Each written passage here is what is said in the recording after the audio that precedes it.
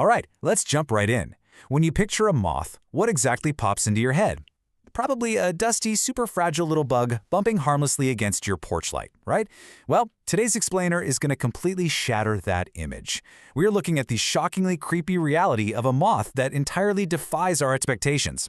Honestly, it sounds like a real-life campfire story, the blood-borne evolution of Calyptra moths. The contrast here is just absolutely wild. On one hand, we have your typical moths, you know the ones, totally harmless, drawn to lights, feeding gently on flower nectar. But then, there are the Calyptra moths. These creatures actually drink animal blood. No joke. And to pull that off, they are equipped with what is essentially a set of tiny saws. So let's go ahead and forget the harmless porchlight flutterer for a few minutes and explore the terrifying reality of the vampire moth. Section 1. Meet the vampire moth, the Calyptra genus. Before we get into all the gory details, let's ground this spooky premise in actual science. The fancy term here is hematophagy. It's the evolutionary practice by certain animals of feeding on blood.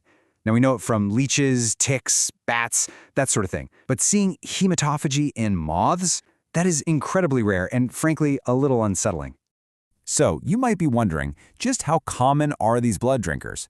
Well, out of the 17 known species in the Calyptra genus, several have developed this bizarre taste for mammalian blood.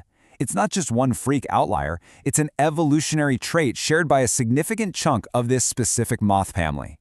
And if you're thinking these tiny moths are only picking on really small prey, you'd be dead wrong. They are absolutely fearless. Out in the wild, scientists have observed them landing on massive, thick-skinned mammals. We're talking buffalo, tapirs, deer, elephants, and yeah, even humans, and they successfully get a blood meal from all of them. Section 2. Anatomy of a bite. The tiny saw. Which brings us to a very logical question. How do they do it? To really wrap our heads around this, let's contrast them with the bloodsucker we all know a little too well, the mosquito. Mosquitoes use these delicate needle-like mouthparts to just slip right into the skin. But vampire moths? They don't have tiny needles. They use a strong, hook-lined proboscis. It works almost exactly like a tiny saw. So how do they use that saw? It's a pretty horrifying step-by-step process, honestly. Step 1. The moth physically rocks its head back and forth, using those little hooks to literally drill right through the tough animal skin. Step 2. Once it breaks through, it uses those exact same hooks to anchor itself firmly into the flesh. Step 3. It just feeds continuously. And when I say continuously, I really mean it. A single feeding session for a vampire moth can last nearly 50 minutes. Just imagine that. Almost an hour of drilling and drinking, making this a seriously prolonged biological anchor. It's truly a marvel of grim determination. Section 3. The male moth's motive, Calyptra thalictri. But why go to all this trouble?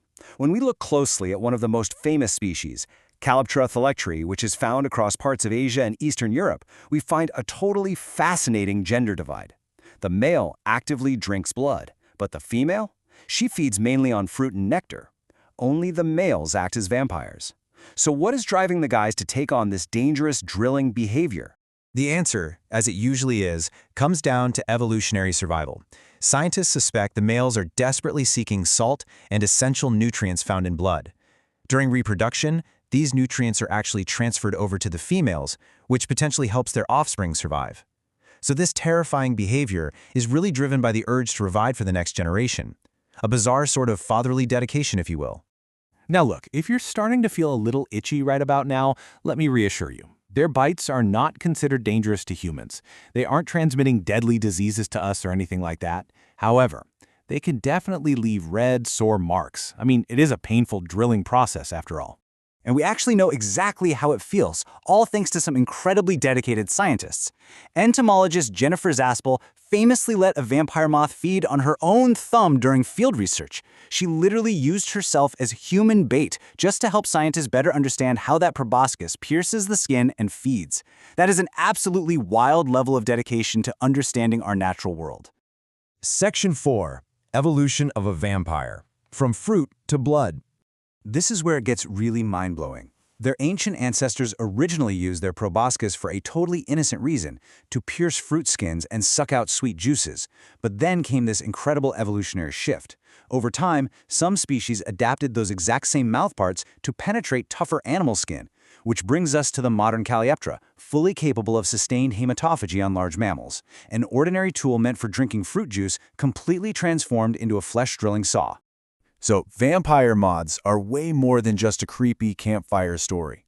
They really represent one of the absolute strangest examples of adaptation in the entire insect world. It is exactly why researchers continue to study how and why this specific behavior evolved from such humble fruit-eating beginnings. Which leaves us with a totally fascinating thought to end our explainer on today. If evolution can turn a gentle fruit-eating moth into a literal blood-drinking vampire, what other ordinary habits are transforming into bizarre adaptations right now, right under our noses? It really makes you wonder about the wild, ongoing nature of evolution. Thanks so much for joining me, and keep your curiosity alive.